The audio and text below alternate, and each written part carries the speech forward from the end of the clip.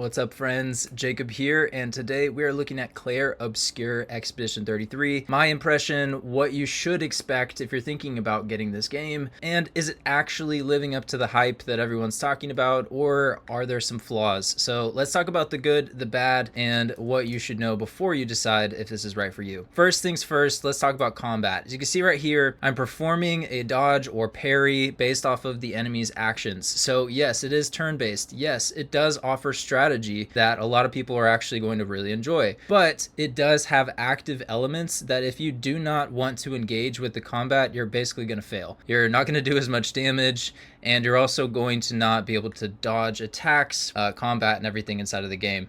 So we want to make sure that that's the style of combat that you actually prefer. The actual overworld itself is beautiful. You can stumble upon things like this, like puzzles. There are plenty of optional side bosses and different paths that you can take that unlock cosmetic items or gear that makes your group stronger.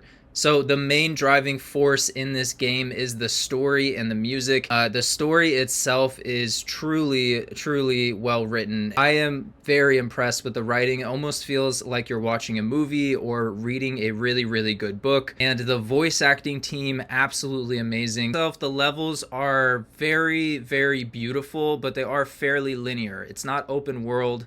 They do have an overworld map, but the actual levels themselves are designed to walk you through in a very linear way. There's not a lot of UI overhead.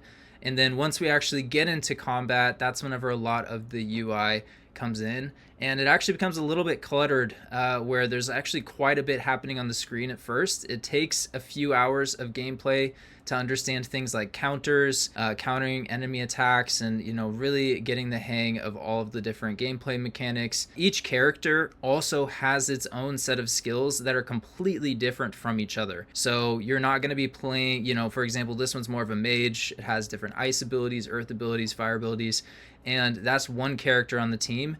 Then another character is more like a fencer and a fighter, and she just does an insane amount of damage. And so you are going to have an option to have many different play styles, and the characters themselves are very interesting and strategic to play. You can stack some really big combos where you're basically setting yourself up several turns in advance to succeed. Like I said, you can perform things like dodges and parries, but be aware that it's going to take getting used to. You have to really time those dodges in order for them to work. Otherwise, you're going to get hit. So they do have kind of like a very small hit window if you're on the normal difficulty. I'm assuming you can make it easier for yourself, but it is extremely fun to be able to land those combos and to also be able to dodge enemy attacks, parry enemy attacks. It really just makes you feel like you're in a more dynamic fight rather than just clicking buttons and watching your character attack. You can also free aim like I'm doing here. You can click on the left trigger and free aim and shoot, which is going to use up your action points. Action points are what you use to, use your abilities. And of course, there's a lot more that goes into the actual combat itself.